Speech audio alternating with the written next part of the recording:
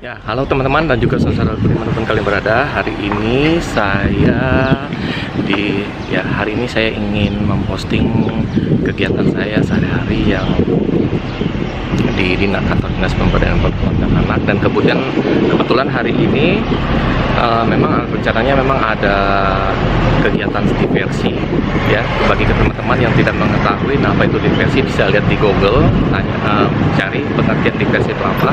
Tapi kalau misalnya ada kalian ingin mengetahui lebih lanjut terkait masalah diversi, silakan untuk mencantumkan komentar di bawah video saya ini.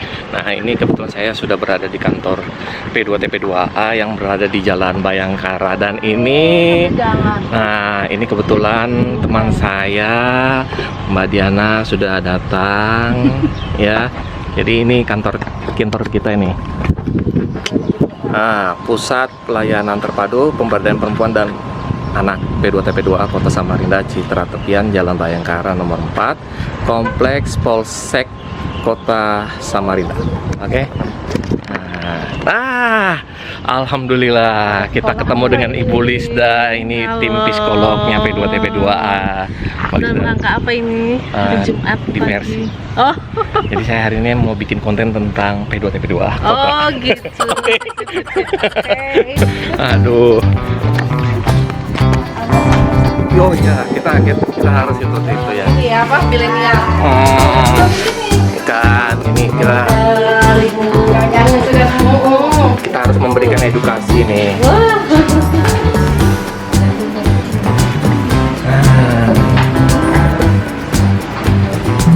Wah, ini banyak sekali anggota di sini. Tambah banyak kayaknya. Wah, enak Mbak Saida ya. Ada temannya ya sekarang ya. Oh ya, jadi ada teman gibahnya nanti. Nah guys, Gimana Mbak ruangannya? Ayo dong datang. Tapi yang aku takut sendiri ya. Tapi ya juga sama Mbak aja. Oh nggak jadi hari ini. Oh ya.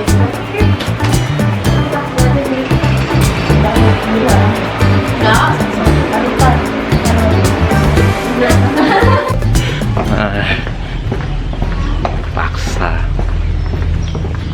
Nih guys, surat tugas.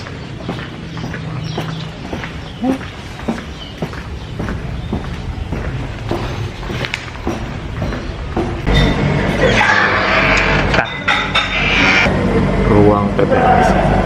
Oke. Pagi. Woi, ini ada Pagi. Ibu cantik nih. Ibu cantik. Hai. Ngapain, Mbak? Mau ngelakuin diversi. Oh. Jadi hari ini kita akan melakukan diversi bersama Mbak Ayu dari Unit PPA Polsek Samarinda Kota. Oke. Aduh. Jadi guys, ini karena masih menunggu menunggu diversi. Karena belum ada yang datang, jadi saya ngobrol dulu dengan teman saya ini, Mbak Ayu. Ya, Mbak Ayu. Kita sudah lama ya Mbak Ayu ya. Ya. Dari Mbak Ayu di Polres sampai pindah ke sini ya Mbak. Kira-kira ada suka dukanya nggak Mbak ngurusin masalah PPA nih Mbak, masalah perempuan dan anak? Banyak suka dan dukanya itu. Sukanya ya kita menambah pengalaman untuk dimana kita ini bisa mengatasi masalah orang, tapi kita sendiri pun punya masalah, bingung mau menyelesaikannya gimana. Itu paling sering guys ya. Jadi kita itu yang paling sering kita lakukan. Sering diminta bantuan untuk menyelesaikan masalah orang, tapi kadang-kadang masalah sendiri nggak selesai. Itu memang, tapi ya nggak apa-apa lah, namanya kita ini ibaratnya membantu masyarakat ya, mengayomi masyarakat, mau suka atau tidak ya kita harus jalankan karena ini tugas sudah ya Mbak ya. Benar ya kan? Tentang job kita. Kalau dukanya Mbak, ada nggak cerita ibaratnya yang lucu lah ya, atau yang kira-kira nih yang berkesan tuh selama menangani kasus-kasus masalah perempuan dan anak? Tapi Mbak Ayu kayaknya sering menangani kasus anak deh. Iya. Kalau ibu-ibu kan jarang ya, kita ya seringnya yang anak-anak aja ya. Ibu-ibu mah yang paling buat lucu itu ada Pak satu. Apa? Ini KDRT itu kan biasanya ibu-ibu nih yang laporan. Pernah saya alamin waktu itu hanya konsultasi aja sih. Cuman dia bilang bapak-bapak ini kenapa lebam-lebam mukanya? Bapak itu kok lebam mukanya, kenapa Pak? Saya itu Bu, jambak rambut istri saya, tapi muka saya yang ditos. Bisa nggak saya yang laporan?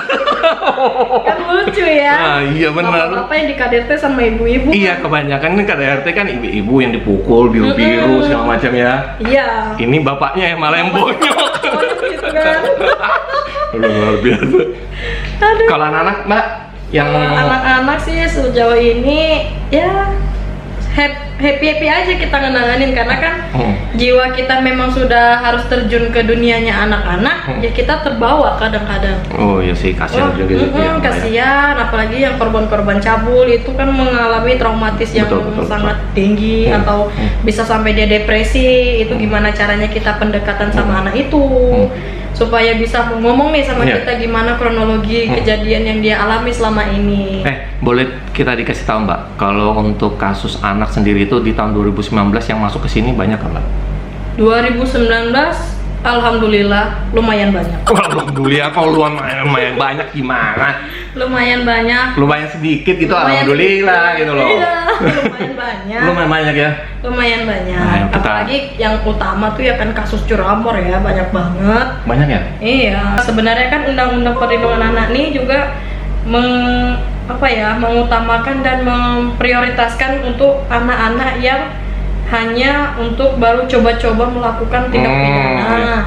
Cuman ya itu tadi, di satu sisi kita mau buat efek jerah, cuman di satu sisi ya dibuat jadi bahan lelucon mereka lah untuk melakukan tindak pidana. Jadi ada peluang, ada celah untuk mereka berbuat gitu ya, karena nanti kalau seandainya saya berbuat seperti ini, ada aja kok undang-undang yang melindungi kita gitu ya, alasannya seperti itu ya. Cuman kalau sejauh ini Mbak, selama ini kalau yang masalah terkait masalah curanmor itu sebenarnya motivasinya tuh mereka tuh melakukan tuh karena apa sih Mbak, rata-ratanya Mbak? Kebanyakan sih dari broken home sih.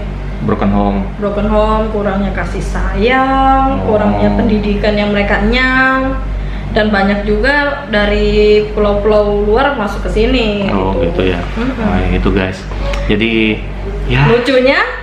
Ada yang lucu. Ada yang lucunya lagi. Nah, ini sip udah nih. 1 kali ditahan, oke lah kita diversi 2 kali ditahan. Kita lanjutin lagi proses sampai sidang. Habis itu yang ketiga kali kita pulangin, akhirnya besoknya ketangkep lagi dari sini. Astaga.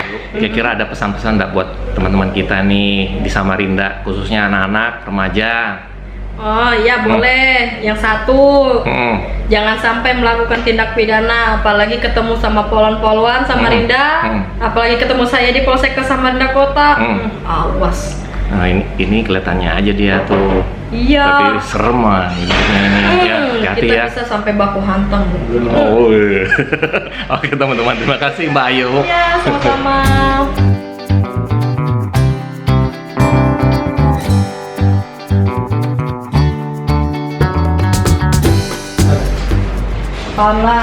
Halo. Oke guys, kali ini Oh enggak, ini kita ngomong ini teman saya ini dari Dinas Sosial, Pak Damiran namanya ya. Mau tanya aja nih kegiatannya Mas. Pak, kan banyak juga mungkin teman-teman saya juga nggak tahu tuh masalah Dinas Sosial. Ini kebetulan saya hari ini kan melakukan diversi dengan teman saya nih, Mas Damiran. Nah, Mas Damiran ini di Dinsos ini kegiatannya apa sih Mas kalau Dinsos? Kalau saya kan pekerja sosial perlindungan anak dari Kementerian Sosial. Sehari-hari lebih banyak sih selain penanganan kasus juga pendampingan kepada panti asuhan, karena ada program dari Kementerian Sosial seperti tahun ini bantuan tahun 2019 kemarin bantuan namanya bantuan program rehabilitasi sosial anak Progresa. Nah, sasarannya adalah anak-anak yang ada di dalam panti asuhan. Selain itu ada juga kegiatan namanya Sakti Peksos atau Peksos Go to School, yaitu penyuluhan terkait kekerasan terhadap anak di sekolahan SD, SMP dan SMA sasarannya gitu. Oh gitu. Selain itu ya ini penanganan kasus-kasus merespon laporan dari masyarakat terkait kasus-kasus yang dilaporkan baik dari ke dinas langsung maupun ke sosial langsung. Oh itu kegiatannya Mas. Nah, jadi demikian guys, tadi kita sudah melaksanakan diversi. Cuman memang kalau untuk anaknya sendiri memang tidak bisa kami expose karena itu berkaitan dengan Undang-Undang Perlindungan Anak. Jadi kita cuman wawancara dengan teman-teman yang ada di situ. Kemudian juga saya ada cuplikan sedikit videonya ya. Nah, ini saya mau wawancara Mbak Diana dulu ini sebelum pulang ini. Oke. Nah, jadi ini guys, ini terakhir video untuk video saya ini. Saya mau wawancara dengan sahabat karib saya ini, sudah kita bertahun ini berjuang di Dinas Pemberdayaan Perempuan dan Anak. Mbak, tolong sampaikan suka dukanya selama bekerja sebagai pelayan masyarakat. Kan belum tahu ini kalau Mbak Diana di P2TP2 sebagai wakil ketua ya Mbak ya. Iya. Wakil ketua P2TP2 Kota Samarinda. Jadi apabila ada kasus-kasus yang masuk ke kantor itu biasanya Mbak Diana ini yang duluan merespon, kemudian baru kita posisikan ke ketua. Ya Mbak Diana, suka dukanya apa Mbak selama bekerja sebagai P2TP2 nih kita? Banyak sukanya sih. Banyak sukanya. Sukanya kita dapat pelajaran dari orang-orang yang bermasalah. Oh, itu jadi sukanya. Sukanya jadi kita Iya. lebih mawas diri ya Mbak ya. Betul. Mantap. Kalau dukanya ya sedih aja sih lihat korban-korban, apalagi anak-anak di bawah umur. Seperti itu. Oh ya, mungkin teman-teman juga belum tahu juga Mbak.